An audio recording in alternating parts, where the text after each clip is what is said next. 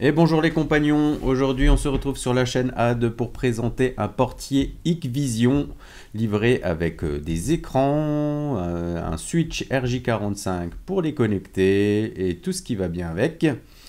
Dans un premier temps on va parler du produit en lui-même, l'intégration dans l'application se fera sur le site internet, tu peux le retrouver directement sur notre site. Voilà, il y a un article dédié à Hikvision, à l'intégration dans le logiciel HikConnect et dans Home Assistant avec une version entièrement paramétrable et contrôlable. Donc pour commencer, voici le portier, c'est la version DSKV 8213. Tu la retrouves en un bouton en 93 et en 4 boutons 8413 avec la caméra, les deux boutons et le lecteur de carte NFC très pratique. Avec ça, j'ai bien sûr deux écrans KH6350, oui c'est ça. Et tu retrouves un panel de produits d'outillage et de badges NFC afin de pouvoir les connecter. Donc on commence par le produit, donc un cadre en aluminium qui est bien sûr, tout est fixé en fait avec une petite vis que j'ai enlevée pour les bienfaits de la vidéo. Donc tu peux enlever ce cadre en aluminium, voilà, tu l'as ici. Ensuite, on a accès à les interrupteurs. En fait, tu peux enlever facilement les deux écrans. Voilà, on voit un petit peu mieux afin de pouvoir mettre des petites fichettes. Tu as les voyants et les deux connexions Wi-Fi et compagnie. Derrière, tu retrouves un panel de connecteurs. Pour mettre un interrupteur de portier, pour brancher directement dessus les serrures électriques, ascenseur ou autre. Derrière, tu as un petit bouton de sécurité. Quand il est fixé au mur et quand il s'enlève, il y a une alarme qui se déclenche. Voilà, c'est un produit qui est bien fait. Pas mal de plastique, mais ça reste quand même relativement correct, surtout pour le prix. Si on enlève le plastique arrière, on a accès encore à une carte SD afin de pouvoir enregistrer les vidéos. Voilà, tout ça c'est pas mal. Moi je l'ai pris en version avec à encastrer. Bon, j'ai pas la boîte d'encastrement, je l'ai déjà mis en place et bien sûr une cage de protection. En fait, tu viens mettre tout ça dessus. Voilà, et tu reviens avec, tu visses tout ça au mur et tu reviens fixer l'écran ainsi que la vis finale du dessous. Ça c'est pour la partie caméra. Ensuite, tu as deux écrans de 7 pouces KH6350, pratique pour une première connexion, mais pas indispensable. Ça tu le retrouves aussi sur le site. Tu peux aussi très bien connecter la caméra seule, sans écran, via l'application HikConnect, qui est une application cloud fournie par Hikvision. L'inconvénient c'est que tes données transitent par un serveur chinois. Bon, là je vais tout mettre en place et puis je reviens pour parler de la programmation directement de la caméra. Bon voilà, de retour, tout est installé. Donc j'ai installé un écran plus le portier sur le switch RJ45 fourni avec. J'ai oublié d'annoncer, donc elle a une vision nocturne la nuit, une fois à faible luminosité en fait, les sonnettes, les interrupteurs des sonnettes ainsi que les écrans sont rétro-éclairés. Assez sympa d'ailleurs, un petit éclairage blanc. Voilà. Sur les écrans, quand tu réalises l'installation avec un écran, en fait, tu paramètres d'abord l'écran. Tu génères une adresse IP assez facilement via un petit interrupteur. Et ensuite, tu intègres... donc, il va te demander d'intégrer le portier parce qu'il va le retrouver sur le réseau vu qu'il sera aussi branché. Et si tu as un deuxième écran, en fait, tu peux l'intégrer aussi en mode esclave. C'est un mode qui te permet de relier deux écrans pour les mêmes fonctions du portier. Si tu veux deux écrans séparés pour deux pièces qui contrôlent donc la sonnette haute et la sonnette basse, tu les paramétreras tous les deux en mode maître. Comme ça, chacun a ses fonctions. Donc maintenant, on va revenir sur les paramétrages complets via l'adresse IP de l'écran. Et ensuite, je te parlerai de l'application IC Connect qui sert aussi à intégrer, comme dit avant, le portier directement sans écran. Voilà, on y revient. Là, on est sur l'adresse IP 192.168.136 que tu retrouves directement dans les paramétrages de ton routeur.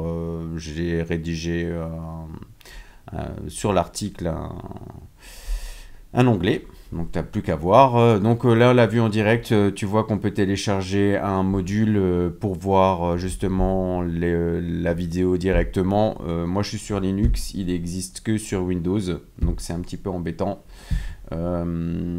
Tu te connectes, bon là tu vois je suis déjà connecté, mais tu te connectes directement avec le mot de passe que tu auras configuré soit sur l'écran, soit sur l'application IC Connect.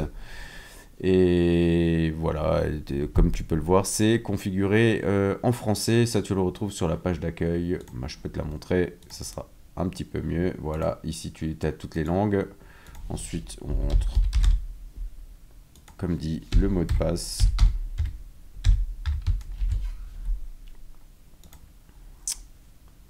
Ça mouline un peu. Et voilà. Donc, onglet configuration de l'interphone DSKV 8213. Donc, on arrive sur la page réseau d'abord, mais on va commencer par la page locale. Tu peux sélectionner une vue en direct avec le flux principal ou secondaire, et puis un petit peu optimiser tout ça. Donc, tu as le format JPEG et tu peux enregistrer. Tu as les paramètres du fichier d'enregistrement, où tu voudrais l'enregistrer, et puis aussi les images, parce que bien sûr, il y a un détecteur de mouvement paramétrable dessus. Ensuite, le système. Le paramètre système, le nom, le numéro de l'appareil il se met par défaut, et puis là tu as un petit peu toutes les références. Il faut savoir que les mises à jour se font automatiquement une fois connecté au réseau internet, ça c'est pas mal. Le paramètre de temps, donc j'ai mis l'UTC1, NTP, j'ai choisi un serveur en France, comme ça tout est tout de suite à l'heure.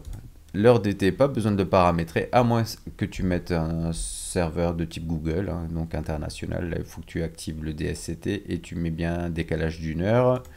Et puis voilà, tu peux afficher les licences. La maintenance te sert à redémarrer le système, à restaurer par défaut, à exporter tes paramétrages, à importer les paramétrages et à mettre à niveau, si tu veux le mettre à niveau directement un fichier. Ça c'est par rapport à cette interface et par rapport à l'application IC Connect. Si tu es connecté à IC Connect, ce que je n'ai pas précisé avant, ça se fait automatiquement. Sécurité, donc on peut activer le SSH, pratique pour se connecter directement à SSH avec une gestion des certificats. La gestion des utilisateurs, donc ici on connecte l'administrateur, enfin on a l'utilisateur administrateur.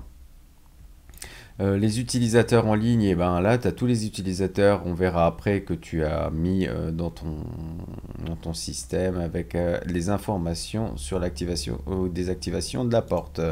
Le réseau TCP/IP, là j'ai enlevé le DHCP, pratique pour générer une adresse IP, parce que l'adresse IP par défaut c'est du 0065. Si tu intègres par IC Connect, en fait, il va te faire le paramétrage en Wi-Fi. Faudra désactiver le Wi-Fi. Enfin, d'abord générer une adresse IP ici, enlever le DHCP et tu finis par désactiver le Wi-Fi. Tu redémarres tout le système et tu passes directement sur le port RJ45. Mais tout ça, c'est expliqué dans l'article. Les ports, donc intéressant, le RTSP 554, non modifiable. les ports HTTP, tout ça, enfin tout ce qu'il faut pour pouvoir utiliser ta caméra du portier dans un NVR open source ou privé. Moi j'ai choisi le NVR FreeGate qui est compatible avec Home Assistant. Tu peux paramétrer une passerelle SIP, c'est bien pour avoir les appels en direct. Et activer le point d'accès. Alors le point d'accès, celui-là c'est souvent le point d'accès par défaut. Pour pouvoir se connecter la première fois afin d'intégrer la caméra dans ton réseau. Voilà, sinon tu ne l'utiliseras pas. Ensuite, en version avancée, tu peux activer des FTP externes afin d'enregistrer tous les enregistrements qu'aurait effectué la caméra. L'accès à la plateforme, ça se fait directement par iConnect ou aussi par l'écran 6350 avec une clé de cryptage que tu vas rentrer, que tu vas personnaliser la première fois. Et on va te demander cette clé de cryptage lors d'une connexion qui se ferait après avoir intégré ton Xvision. Disons, si tu as intégré ton interphone avec l'écran, tu peux venir sur cet onglet, paramétrer une clé de cryptage et ensuite installer l'application sur ton smartphone et il va te demander cette clé de cryptage et ensuite tout va se connecter directement. La vidéo, donc tu as le flux principal mainstream et le flux secondaire substream. Donc le mainstream je l'ai paramétré avec une belle résolution de 1280 par 720 et le secondaire je l'ai mis au minimum. Paramétrage audio, voilà, tu le mets selon tes besoins. L'image on n'a pas accès, on peut créer des zones et activer le rognage et tout ça pour capter. Bon, je peux pas te montrer malheureusement, comme sous Linux, l'écran n'est pas repris. Tu peux démarrer l'enregistrement ou un snapshot. Là c'est là pour créer les zones, c'est pas dans les événements, c'est dans les événements de base. Là tu te règles des zones et tu actives la détection. Et tu peux aussi associer des événements de type majeur et mineur avec l'alarme de sabotage, le petit bouton situé sur la partie arrière.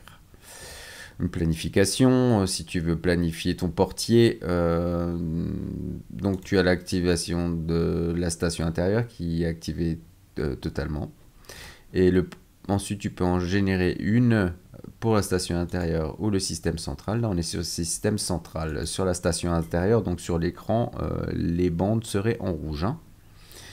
L'onglet intercommunication, donc là tu as la station de porte de la villa et interphone. L'une contrôle les portes, l'autre est que pour les interphones, donc on laisse comme c'est. Tu as les paramètres avancés, période, bâtiment, unité, paramètres de session, donc le mot de passe, une adresse IP, l'adresse IP de serveur, tu touches à rien, tu laisses comme c'est. Le paramètre de l'heure, voilà, ça c'est pour les appels d'une durée maximum de 90 secondes, après ça se coupe, message, sonnerie. Tu peux aussi bien sûr personnaliser nos enregistrements audio. Le paramètre de sonnerie en attente, si tu veux pas la sonnerie par défaut, il y en existe 3 que tu retrouves sur l'application ou l'écran. Tu peux en ajouter une manuellement. Tu peux importer directement un fichier. Appuyer sur le bouton pour appeler, donc le 1 correspond au bouton 1 et le 2 au 2. Donc tu peux activer la station intérieure par défaut, tu vois, ou le portier. Ça c'est par rapport aux programmations qu'on aurait fait avant. Donc le bouton 1, on va le mettre sur portier, voilà. Du coup, il s'activera ce bouton que aux horaires d'ouverture du secrétariat. Là, on a des paramètres par défaut, du coup, entrée 1, 2, 3, 4, bon, il n'y a que la 1 et la 2, donc quand on appuie sur le bouton 1, c'est pour l'état de la porte 1, avec une sortie sur une serrure électrique. Et le paramètre du nombre, ça c'est, si tu as un serveur SIP, tu peux directement paramétrer par portier. Le contrôle d'accès, donc la porte 1, quand on ouvre, quand on enclenche la serrure, moi je l'ai réglé sur 5 secondes. Ensuite on a la sécurité de la carte Si tu veux activer les paramètres de chiffrement, tu peux en plus. Les paramètres de commande, ça si tu veux activer un ascenseur. Et l'unité de commande, le couplage automatique entre l'écran et le bornier. Gestion des appareils. Donc là, tu peux voir qu'on a une station intérieure de connecter. Hein. Tu la retrouves aussi sur l'écran et vice-versa sur cette application. Si tu vas dans les paramètres, tu peux modifier quelques paramètres. Donc c'est bien une station intérieure. C'est pas une sous-station de porte. Du coup, une deuxième sonnette, le nom d'utilisateur, le mot de passe de l'écran. Tu peux enregistrer ce mot de passe, le numéro de série, l'adresse IP, voilà, 2-3 trucs. Ensuite, on va sur la gestion des utilisateurs. Du coup, là, j'en ai déjà paramétré quelques-uns. Hein. Tu les ajoutes assez facilement. Voilà. On va venir sur 1. Maintenant, on dit que le maire de la commune, eh ben, on veut paramétrer un badge pour l'ouverture des portes. Tu appuies là-dessus. Tu ajoutes une carte, tout simplement. Tu cliques sur lui. Et tu as un laps de temps. Tu prends ton badge et tu le colles sur le lecteur de carte NFC, il va être reconnu. Ensuite, tu as un numéro qui remonte et tu auras le numéro de carte et tu cliques sur OK. Et en fait, cette carte, elle va te permettre d'ouvrir la porte 1. Hein. La porte 2 est désactivée parce que j'ai qu'un interphone. Et voilà. Donc là, on est passé sur l'application en ligne, sur le système directement. Ensuite, tu vas sur le site eConnect, tu t'inscris. Ça, c'est pour l'application cloud. Moi, j'ai déjà créé une inscription. Tu peux te connecter en ligne. Voilà, il te demande de créer une équipe, c'est pas le cas.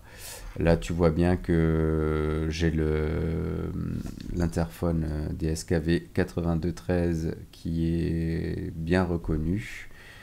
Et tu peux, voilà, on va voir quelques fonctions. Tu as le mode UPnP, hein, tu as le numéro HTTP, ça c'est pas encore, c'est pas dedans. Il n'y a pas d'appareil partagé. Tu pourrais le partager avec quelqu'un.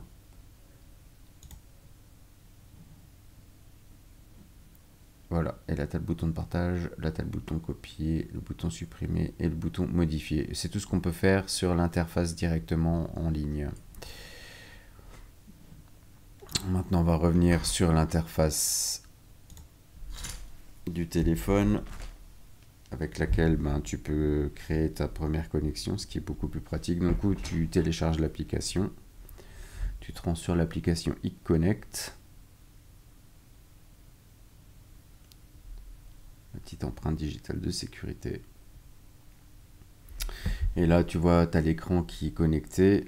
Tu peux en ajouter un. Tu peux l'ajouter manuellement. Ou alors, s'il est déjà sur le réseau, tu as juste à faire périphérique en ligne et lecture du QR code. En fait, tu retrouves ce QR code sur l'écran. Le 6350 que j'ai présenté juste avant, là, le 7 pouces. Pour la première connexion, en fait, quand tu as l'application, il va falloir que tu l'ajoutes manuellement l'appareil et tu vas rentrer le numéro de série que tu retrouves derrière l'appareil. Et ça, tu retrouves tout ça sur notre site. Sur l'application en elle-même, donc là, je suis juste rentré dessus. Tu peux activer, désactiver le son. Tu as le mode basique, donc la caméra en substream et en HD, faire un snapshot, faire un enregistrement. Ensuite, tu as le suivi des événements en dessous. Voilà, sur les 3 petits points en haut à droite, tu peux faire une lecture, un partage, tu as les paramètres. Malheureusement, on ne retrouve pas l'adresse IP. Il va falloir que tu utilises ton serveur.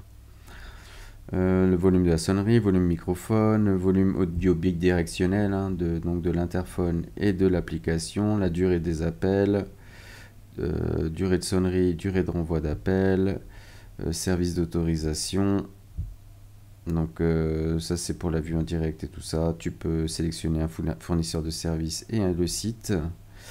Mettre les appels en sourdine, on-off. Voilà. La Détection intelligente, donc le détecteur de mouvement, tu peux l'activer ici. Ou alors directement sur le serveur, hein, qu'on a vu avant, il s'active une fois que là où on règle les zones. Les notifications, elles sont désactivées, tu peux les activer sur le téléphone. Configurer le réseau, là en fait il va te demander de...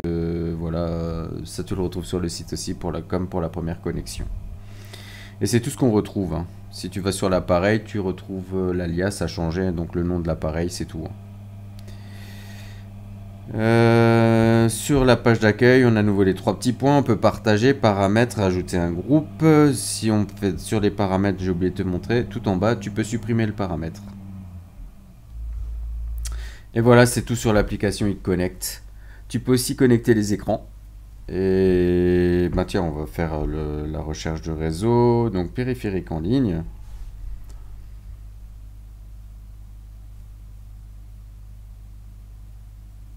Ça prend un petit moment.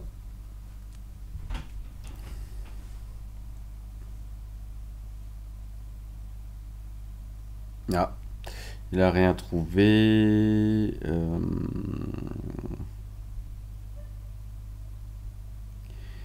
Donc, je suis bien sur le réseau Wi-Fi. Ouais. On va relancer. Sinon, il faut l'ajouter manuellement ou alors avec lecture du QR code. Ah là, je me disais bien. Donc le 136, le DSKV 8213, c'est notre interphone et le 34, c'est l'écran. Donc on clique sur l'écran et on ajoute. Enregistrer. Nom d'utilisateur.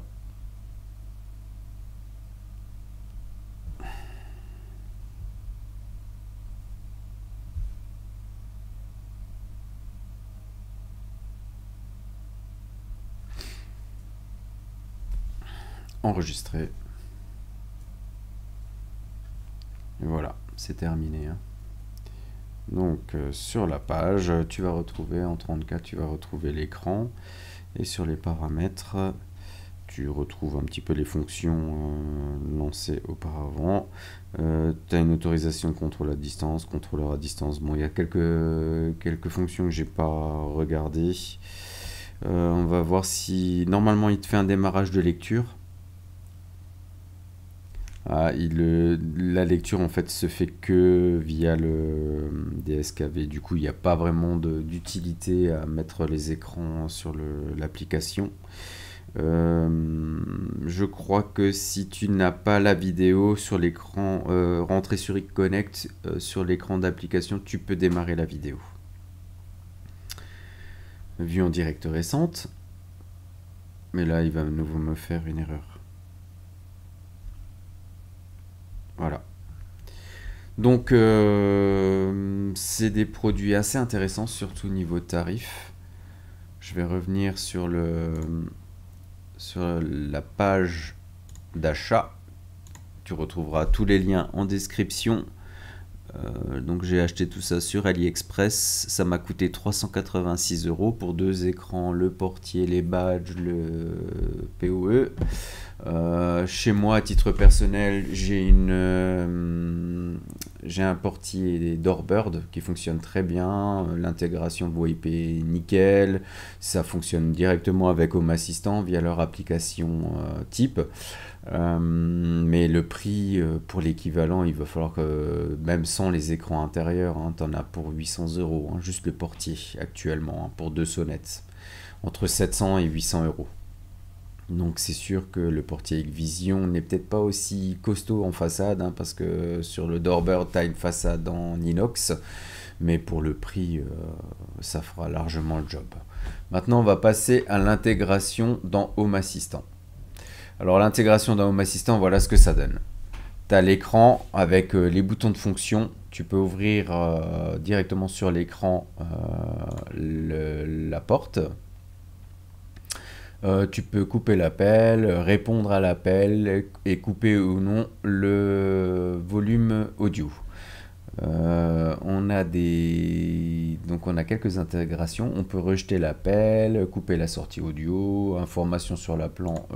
J'ai pas vu ce que ça donnait pour l'instant. Ça c'est le lien pour les textes. Raccrocher, réactiver, redémarrer le système, ouvrir la porte 2, mais là on n'en a pas. Répondre à l'appel et statut de l'appel. Alors cette partie-là, avec la vidéo, elle est intégrée dans FreeGate. Tu retrouves tout ça sur l'article. J'ai mis le script YAML pour retrouver directement ta caméra. Ces boutons plus l'écran, en fait, c'est l'intégration, c'est la carte Advanced Camera Card que tu retrouves dans le répertoire Axe. Pour l'image, il y a plusieurs façons de faire. Celle avec FreeGate où tu l'intègres dans FreeGate et tu ajoutes juste l'intégration FreeGate. Tu retrouveras directement tes caméras. Là, tu vois que j'en ai 11. Hein, et elle est là, intercom. Pour l'image, là, j'ai aussi mis le script YAML, donc tu as tout ça. Tu as juste à rentrer ta caméra, intercom, et ensuite, il faudra relier tous les liens des boutons. Là, tu as l'éditeur de code. Voilà.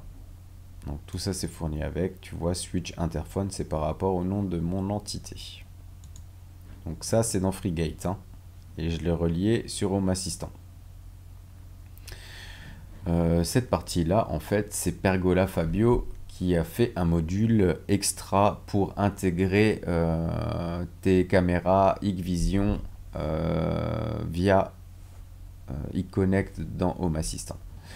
Alors, le lien GitHub, il est bien sûr ici, Pergola Fabio Hikvision Add-ons. Donc, tu as les boutons pour te connecter à l'add-ons, pour le voir. Tu peux utiliser astérisque et tout ça.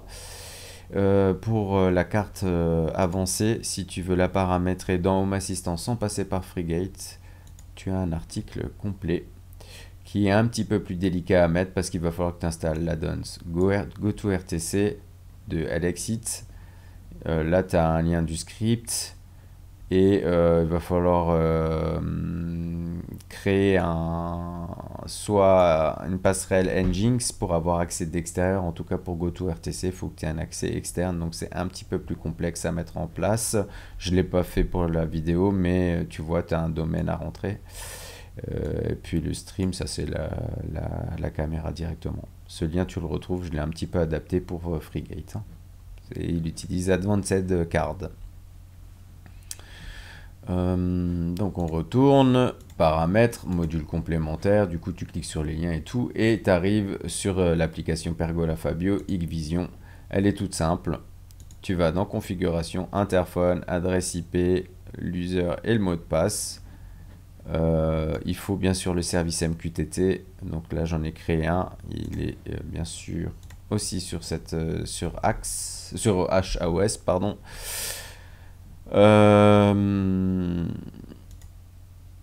Voilà, donc tu retrouves là le service MQTT. Ensuite, voilà, donc une fois que c'est fait, tu démarres le système et puis tu retrouveras toute l'intégration dans MQTT ici. Enfin, j'ai tout transcrit en français, hein. C'est en anglais par défaut. Là, tu as bien sûr le journal. Et c'est terminé. Voilà. Que dire de plus? C'est un produit, comme dit, je me répète, mais c'est un produit qui est relativement bien fait. L'application est correcte. Tu peux t'en passer. Tu peux te passer du cloud, iConnect. Tu l'utilises peut-être pour ta première intégration. Si tu n'as pas d'écran. Si tu as des écrans, tu n'es même pas obligé de l'utiliser. Et après, le portier fait le job. Tu as les sonnettes, tu peux changer les appels. Enfin, je le conseille vivement. Franchement, pour le prix, c'est pas une belle découverte parce que c'est un produit qui est sorti en 2022-2023. Mais pour l'avoir utilisé, je le trouve vraiment bien fait. Voilà. Tu retrouveras tous les liens, bien sûr, en bas de cette vidéo. Et puis, sinon, comme dit, tu peux retrouver l'article directement sur notre site. Bon, bah c'était tout pour cette présentation et je te dis salut les compagnons et à la prochaine.